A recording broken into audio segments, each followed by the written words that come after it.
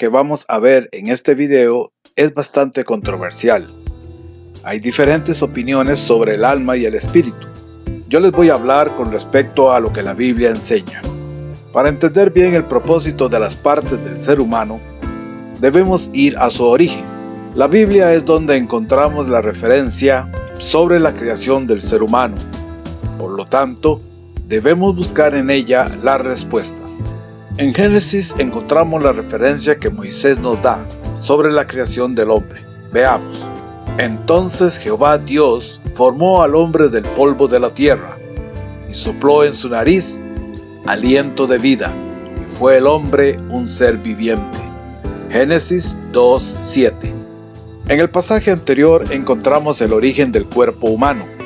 Nos dice el texto que el cuerpo de Adán fue formado por Dios del polvo de la tierra. Por eso encontramos en el cuerpo humano los 15 elementos de la tierra. En el mismo texto encontramos que Dios sopló en ese cuerpo aliento de vida, y fue el hombre un ser viviente.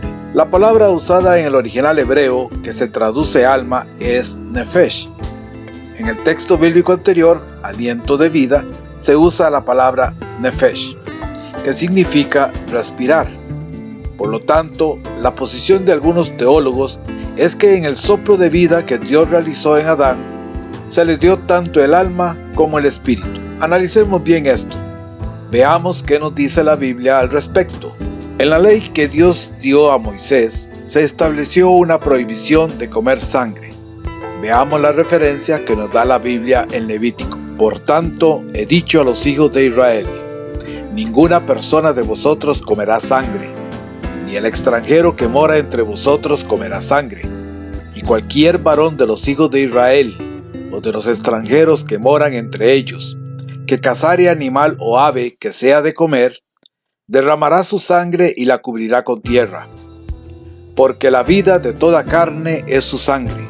Por tanto, he dicho a los hijos de Israel: no comeréis la sangre de ninguna carne, porque la vida de toda carne es su sangre.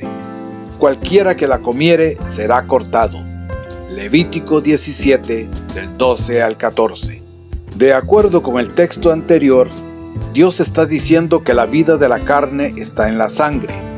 Entonces, cuando Dios sopló en Adán el aliento de vida, ¿fue la sangre lo que le dio? Puesto que con ese aliento Adán fue un ser viviente. Continuemos revisando lo que nos dice la Biblia. Y aconteció que al salírsele el alma, pues murió, llamó su nombre Benoni, mas su padre lo llamó Benjamín. Génesis 35:18. En el texto anterior, Jacob nombra al menor de sus hijos Benjamín, cuando Raquel, su mujer, muere al dar a luz. Vemos que el relato nos dice que le salió el alma e indica que ella murió. Esto nos dice que el alma es parte de la vida.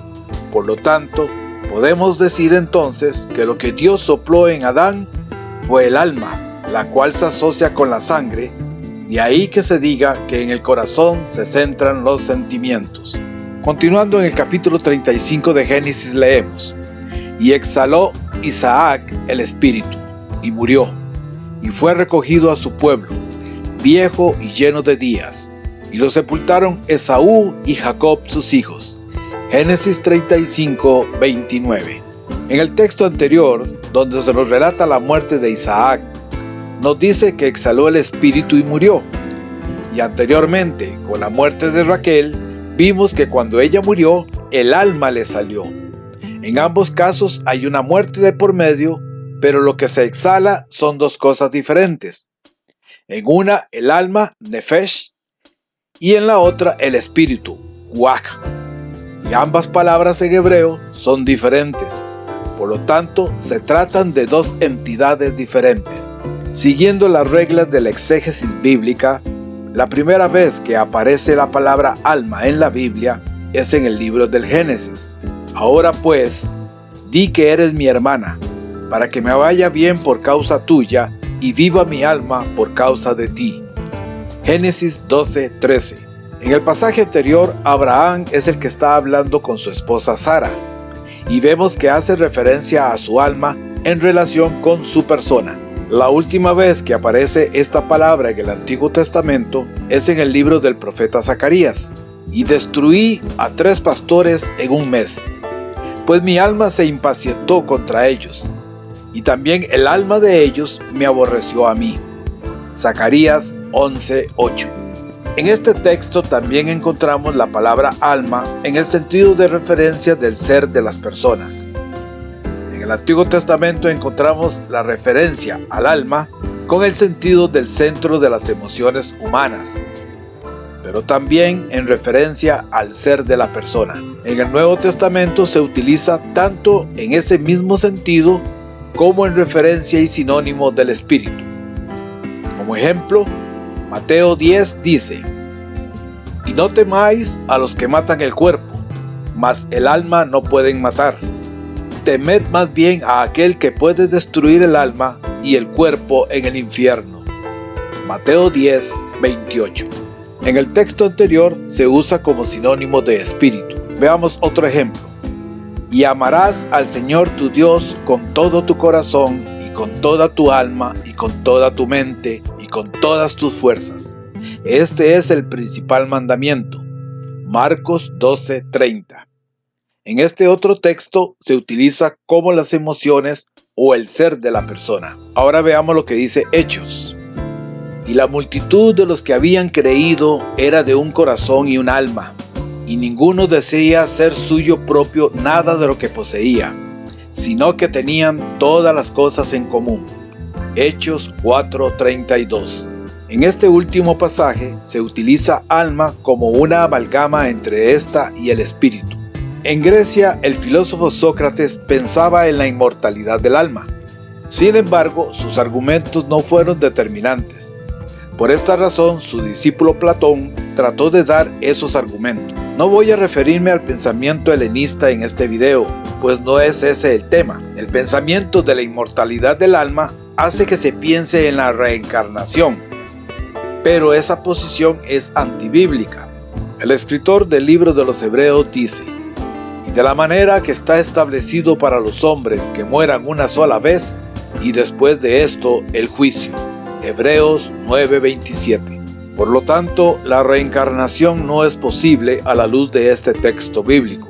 Con base en las referencias bíblicas que hemos analizado, podemos concluir que es posible que tanto el alma como el espíritu fueran dados al hombre mediante el soplo de Dios. Ahora, de acuerdo con la Biblia, el espíritu que está muerto, o sea, separado de la presencia de Dios, está consciente después de la muerte, tiene recuerdos de su vida y tiene sentimientos. Recordemos el relato de Jesús sobre el rico y Lázaro. Aconteció que murió el mendigo y fue llevado por los ángeles al seno de Abraham, y murió también el rico y fue sepultado. Y en el Hades alzó sus ojos, estando en tormentos, y vio de lejos a Abraham y a Lázaro en su seno. Entonces él, dando voces, dijo: «Padre Abraham, ten misericordia de mí, y envía a Lázaro para que moje la punta de su dedo en agua, y refresque mi lengua, porque estoy atormentado en esta llama». Lucas 16, 22 al 24. En este relato vemos que el rico, estando en el lugar de tormento, era consciente, y si continuamos leyendo, veremos que recordaba a su familia. Por lo tanto, parece ser que esa amalgama del alma y del espíritu que existe en el hombre natural, aquel que no ha nacido de nuevo, permanece después de la muerte del impío. En el caso de Lázaro no hay referencia de esto. Sin embargo, creo que así como Dios en su soplo dio al hombre el alma y el espíritu, así también estaremos con él en la eternidad. Tendremos sentimientos y reconoceremos a nuestros seres queridos, pero no tendremos los malos recuerdos, porque en el cielo no habrá llanto ni dolor alguno. Ya hemos abarcado 2 de las partes del ser integral del humano.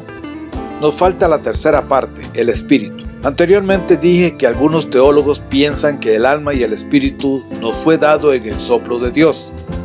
Recordemos que la Biblia nos enseña que Dios hizo al hombre conforme a su imagen y semejanza. Veamos esto en Génesis. Entonces dijo Dios: «Hagamos al hombre a nuestra imagen, conforme a nuestra semejanza, y señoree en los peces del mar, en las aves de los cielos y en las bestias, en toda la tierra y en todo animal que se arrastra sobre la tierra. Génesis 1:26. Este pasaje nos dice que el hombre fue hecho a imagen de Dios, conforme a su semejanza. Pero ¿cuál es esa imagen y semejanza? Dios no tiene cuerpo, por lo tanto no se refiere a este. Puesto que Dios es espíritu, entonces debemos concluir que se trata del espíritu del hombre. Dios, que es espíritu, para tener comunión con el hombre, le dio un espíritu. Pues según lo dice el apóstol Pablo, las cosas espirituales solo se pueden discernir espiritualmente. Pero el hombre natural no percibe las cosas que son del Espíritu de Dios, porque para él son locura, y no las puede entender, porque se han de discernir espiritualmente. 1 Corintios 2:14. El hombre natural es aquel en el que solamente se manifiesta el cuerpo y el alma, porque su espíritu está muerto en él, debido a la naturaleza pecaminosa heredada de Adán. Nuevamente tenemos que regresar al libro del Génesis para entender bien esto. Cuando Dios creó a Adán y luego a Eva, los puso en un huerto llamado el Edén. Allí Dios les dio una restricción, les ordenó no comer del árbol de la ciencia del bien y del mal. Y mandó Jehová Dios al hombre diciendo: de todo árbol del huerto podrás comer, mas del árbol de la ciencia del bien y del mal no comerás, porque el día que de él comieres, ciertamente morirás. Génesis 2:16 y 17. Pero Satanás, que es muy astuto, engañó a Eva, y ésta comió del fruto prohibido, y le dio a Adán, el cual también comió. Veamos el relato bíblico en Génesis. Pero la serpiente era astuta, más que todos los animales del campo que Jehová Dios había hecho, la cual dijo a la mujer: ¿con que Dios os ha dicho, no comáis de todo árbol del huerto? Y la mujer respondió a la serpiente: del fruto de los árboles del huerto podemos comer, pero del fruto del árbol que está en medio del huerto, dijo Dios, no comeréis de él, ni le tocaréis, para que no muráis. Entonces la serpiente dijo a la mujer: no moriréis, sino que sabe Dios que el día que comáis de él, serán abiertos vuestros ojos, y seréis como Dios, sabiendo el bien y el mal. Y vio la mujer que el árbol era bueno para comer, y que era agradable a los ojos, y árbol codiciable para alcanzar la sabiduría, y tomó de su fruto, y comió. Y dio también a su marido, el cual comió, así como ella. Génesis 3, del 1 al 6. No es tema de este video, pero es interesante ver que Eva no se extrañó de que la serpiente le hablara. Y además, al leer sobre el castigo que Dios le impuso a la serpiente, de que se arrastraría, me hace pensar que entonces antes andaba erguida. Sin embargo, esto es tema para otro video. Volviendo al texto de Génesis, vemos la importancia de conocer bien la palabra de Dios, pues Eva fue engañada por no conocer bien lo que Dios dijo. Por tanto, no obedeció. Esto es una alerta para nosotros, pues Satanás es un experto en tergiversar la Biblia para sus propósitos. Lo que Dios dice se cumple, pues Él no miente. Sin embargo, pareciera que algo no concuerda con lo dicho por Dios. Dios habló y dijo: y mandó Jehová Dios al hombre diciendo: de todo árbol del huerto podrás comer, mas del árbol de la ciencia del bien y del mal no comerás, porque el día que de él comieres, ciertamente morirás. Génesis 2, 16 y 17. En el texto anterior leemos que Dios dijo que el día que de él comieres, ciertamente morirás. Según esto, al desobedecer Adán y Eva, debieron morir de inmediato, pero eso no pasó. Dice la Biblia que Adán vivió 930 años y murió, y fueron todos los días que vivió Adán 930 años y murió. Génesis 5:5. Entonces, mintió Dios. ¿Por qué Adán y Eva no murieron si Dios dijo que morirían el día que desobedecieran? Analicemos lo sucedido. Adán y Eva pecaron, es un hecho, pero su cuerpo no murió. Esto quiere decir que su alma seguía dentro de ellos. Por lo tanto, si el cuerpo y el alma no murieron, entonces solamente nos queda el espíritu. El espíritu que Dios puso en el humano para relacionarse con él, murió ese día. De ahí en adelante, la comunión que habían tenido con Dios se perdió. Adán y Eva fueron echados de la presencia de Dios y sacados del huerto del Edén. Pero, ¿cómo es eso de que el espíritu murió? Si el espíritu es inmortal, recordemos que muerte significa separación, no dejar de existir. La muerte física es la separación del alma del cuerpo, pero el cuerpo es polvo. Con la muerte, el alma deja el cuerpo y éste no deja de existir, sino que se transforma en lo que era al principio, polvo de la tierra. Y la muerte espiritual es la separación del espíritu del hombre de la presencia de Dios. ¿Cómo estamos seguros de que el hombre integral está formado de espíritu, alma y cuerpo? ¿Es esto confirmado por la Biblia? El apóstol Pablo en su primera carta a la iglesia de Tesalónica les escribió: y el mismo Dios de paz os santifique por completo, y todo vuestro ser, espíritu, alma y cuerpo, sea guardado irreprensible para la venida de nuestro Señor Jesucristo. Primera de Tesalonicenses 5:23. De acuerdo con este pasaje, podemos asegurar que el humano es tripartito, formado de espíritu, alma y cuerpo.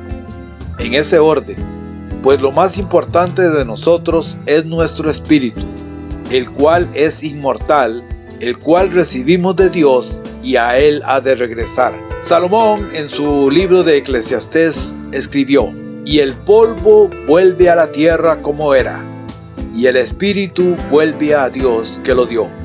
Eclesiastés 12:7. De acuerdo con lo expresado por el rey Salomón, nuestro cuerpo al morir se vuelve polvo y regresa a la tierra de donde fue tomado, pero el espíritu vuelve a Dios que lo dio. Por lo general perdemos esta prioridad y le damos más énfasis a nuestro cuerpo carnal y sus deseos que a las necesidades espirituales de nuestro ser.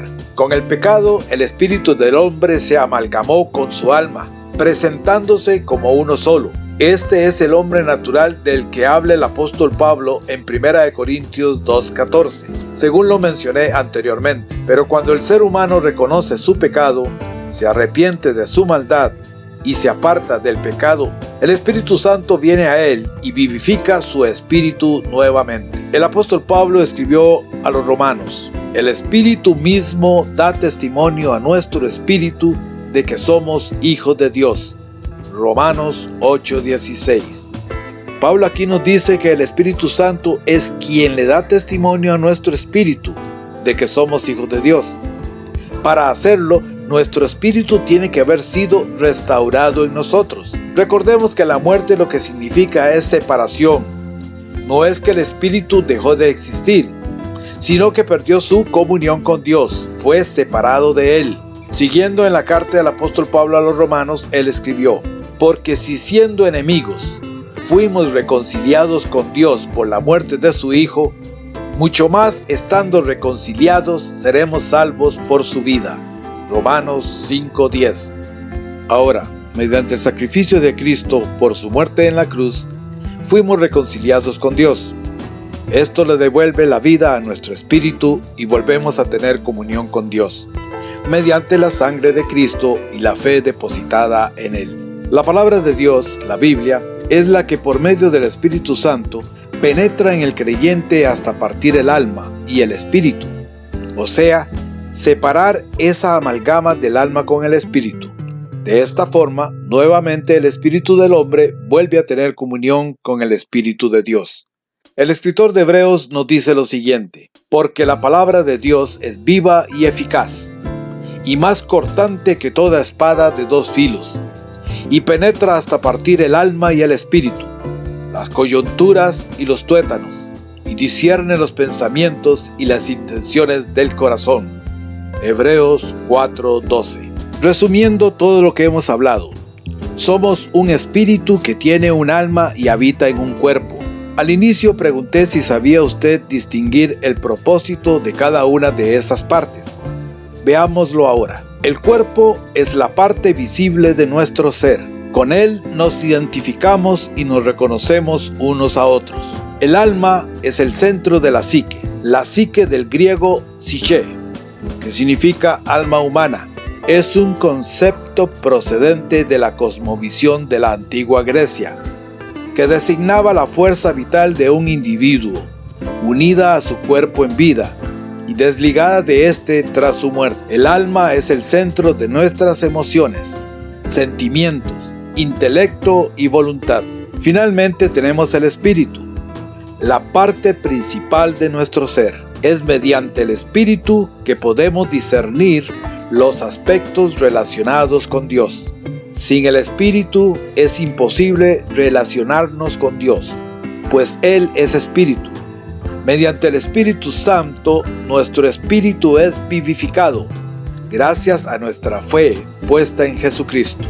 Para finalizar, vamos a leer lo que dice 1 Corintios 2. El apóstol Pablo nos dice: porque ¿quién de los hombres sabe las cosas del hombre, sino el espíritu del hombre que está en él? Así tampoco nadie conoció las cosas de Dios, sino el Espíritu de Dios. Y nosotros no hemos recibido el espíritu del mundo, sino el espíritu que proviene de Dios, para que sepamos lo que Dios nos ha concedido, lo cual también hablamos, no con palabras enseñadas por sabiduría humana, sino con las que enseña el Espíritu, acomodando lo espiritual a lo espiritual. 1 Corintios 2, del 11 al 13.